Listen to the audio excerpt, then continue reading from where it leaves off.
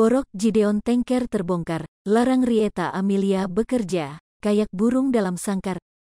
Rieta Amelia mengaku selama menikah dengan Gideon Tengker dilarang untuk bekerja. Hingga saat ia berpisah dengan ayah Nagita Slavina, Rieta harus bekerja banting tulang demi menghidupi anak-anaknya. Sementara itu Gideon mempermasalahkan harta selama pernikahannya dengan Rieta. Mama Nagita Slavina itu mengungkapkan ia berpisah dengan Gideon sejak tahun 1998. Rieta membeberkan bahwa ia tak boleh bekerja dengan Gideon saat masih menikah. Mertua Raffi Ahmad itu merasa terkurung dan tertekan seperti burung dalam sangkar. Rieta mengatakan ia berpisah dengan Gideon sejak tahun 1998.